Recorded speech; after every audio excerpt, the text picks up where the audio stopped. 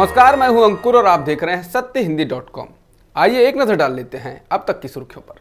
उत्तर प्रदेश के मुख्यमंत्री योगी आदित्यनाथ ने एक धर्म विशेष के लोगों को चेतावनी देते हुए कहा है कि चोरी छिपे अपनी पहचान छिपाकर, स्वरूप छिपाकर जो लोग बहन बेटियों की इज्जत के साथ खिलवाड़ करते हैं, उनको पहले से मेरी चेतावनी, अगर वे सुधरे नहीं तो राम नाम सत्य है कि यात्रा अब निकलने वाली है। इससे पहले उन्होंने इलाहाबाद हाईकोर्ट की एक टिप्पणी का जिक्र किया। वे बोले कि कल कोर्ट ने एक आदेश दिया कि शादी ब्याह के लिए धर्म परिवर्तन आवश्यक नहीं, इसे मान्यता नहीं मिलनी चाहिए। बिहार विधानसभा चुनाव में कांग्रेस पार्टी के नेता राहुल गांधी द्वारा चीनी सेना के भारतीय सीमा के अंदर घुसने के आरोपों का आज रक्षा मंत्री राजनाथ सिंह ने जवाब दिया। पटना में एनडीए की चुनावी रैली को संबोधित करते हुए राजनाथ सिंह ने कहा कि आज कुछ राजनीतिक पार्टियों के नेताओं के द्वारा, कांग्रेस के द्वारा हमारे सेना के जवानों के शौर्य और पराक्रम पर सवालिया निशान लगाया जा रहा है। कहा जा रहा है कि चीन ने आकर 1200 वर्ग किलोमीटर जमीन पर कब्जा कर लिया है। खुलासा मैं कर दूंगा, चेहरा दिखाना मुश्किल हो जाएगा। मध्य प्रदेश के पूर्व सीएम और कांग्रेस नेता कमलनाथ सुप्रीम कोर्ट पहुंच गए हैं। उन्होंने सुप्रीम कोर्ट में चुनाव आयोग के आदेश को चुनौती दी है। चुनाव आयोग के कांग्रेस पार्टी के स्टार प्रचारक के रूप में लिस्ट से उनका नाम हटाने के आदेश को उन्होंने चुनौती दी है। बता दें, कमलनाथ ने बीजेपी की महिला नेता इमरती देवी को एक चुनावी सभा में आइटम कह दिया था, जिसके बाद बवाल हो गया था। हालांकि कमलनाथ ने कहा था कि उनके बयान को गलत संदर्भ में ले लिया गया है।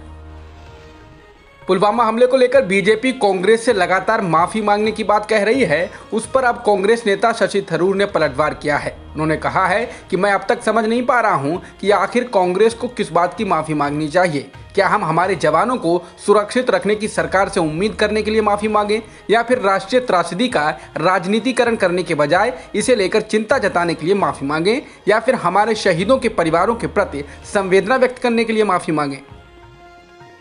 प्रधानमंत्री मोदी ने सरदार पटेल की 145वीं जयंती के मौके पर गुजरात के केवड़िया में आयोजित एकता दिवस समारोह में हिस्सा लिया। इस दौरान उन्होंने कहा कि प्रगति के इन प्रयासों के बीच कई ऐसी चुनौतियां भी हैं जिसका सामना आज भारत और पूरा विश्व कर रहा है। बीते कुछ समय से दुनिया के अनेक देशों में जो हालात बने हैं, जिस तरह कुछ लोग आतंकवाद के समर्थन में खुलकर सामने आ गए हैं, वो आज वैश्विक चिंता का विषय है।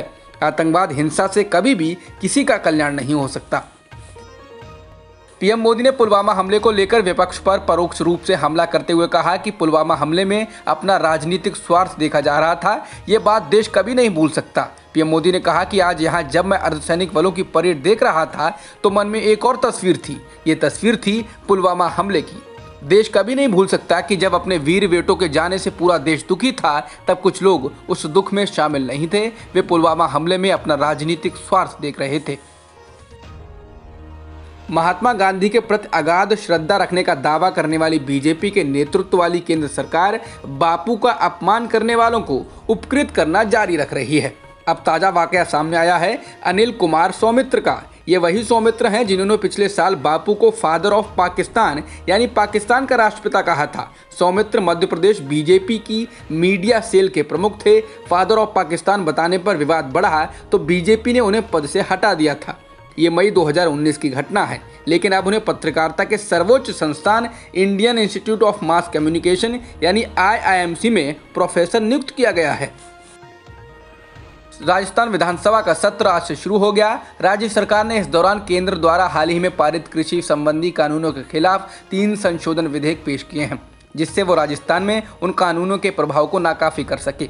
बता दें कि बीते दिनों पंजाब सरकार ने विधानसभा में केंद्र सरकार के 3 नए कृषि सुधार कानूनों को प्रभावहीन करने के लिए करीब 5.5 घंटे की बहस के बाद सर्वसम्मति से 4 विधेयक पारित किए थे। प्याज की कीमतों से लोगों को राहत मिल भी नहीं पाई कि आलू के भाव बढ़ने लगे हैं। उपभोक्ता मामले, खाद्य व जन वितरण मंत्रालय के राज्य नागरिक आपूर्ति विभाग के आंकड़ों के अनुसार आलू की औसत कीमत लगभग 40 रुपए तक पहुंच गई है। ये 130 महीने यानी 10 साल से भी ज़्यादा समय में सबसे ऊंची कीमत है। केंद्र सरकार ने जिस तरह प्याज के निर्यात पर रोक लगाई थी, उसी तरह आलू के आयात का फैसला कर कीमतों को काबू में रखने की कोशिश तो कर रही है, पर सवाल उठता है कि उसे इस तरह के कृत्रिम प्रयास करने ही क्यों पड़ते हैं। वहीं अब भारत सरकार भूटान से 30,000 मीट्रिक टन आलू का आयात करेगी। जेम्स बॉन्ड का रोल निभा चुके दिग्गज एक्टर सीन कॉनेरी का निधन हो गया है। वो 90 साल के थे। वो बहामस में थे। उनके परिवार ने इसकी जानकारी दी है। रात में सोते हुए सीन कॉनेरी का निधन हो गया। अमेरिका में चुनाव के नतीजे आने से पहले हथियार की खरीद भारी मात्रा में बढ़ गई है, जिसके कारण से चिंताएं बढ़ गई हैं। यही नहीं, पूरे अमेरिका में वॉलमार्ट स्टोर ने बंदूकों की बिक्री तक बंद कर दी है। कारण है अमेरिका में चुनावी नतीजों के बाद हिंसक झड़पें या गृह युद्ध की आशंका है। बता दें, ट्रंप कई बार कह चुके हैं कि वो आसानी से सत्ता हस्तांतरित नहीं करने वाले हैं। वो कई बार अपने राइट विंग आर्मी को भी संकेत दे चुके हैं कि अगर नतीजे उनके पक्ष में नहीं आते हैं तो एक्शन के लिए तैयार रहिए। भारत में कोरोना संक्रमितों का आंकड़ा 81,37,000 के पार हो गया है और मृतकों की संख्या 1,21,000 के पार है। फिलहाल एक्टिव मामले 5,82,000 से ज़्यादा हो गए हैं। पिछले एक दिन की बात करें तो भारत में इस दौरान 48,000 से अधिक संक्रमण के मामले दर्ज किए गए हैं। ब्रिटेन के प्रधानमंत्री बोरिस जॉनसन इस उम्मीद में पूरे देश में फिर से महीने भर का लॉकडाउन लगाने पर विचार कर रहे हैं ताकि क्रिसमस आने तक लॉकडाउन के प्रतिबंधों में ढील दी जा सके।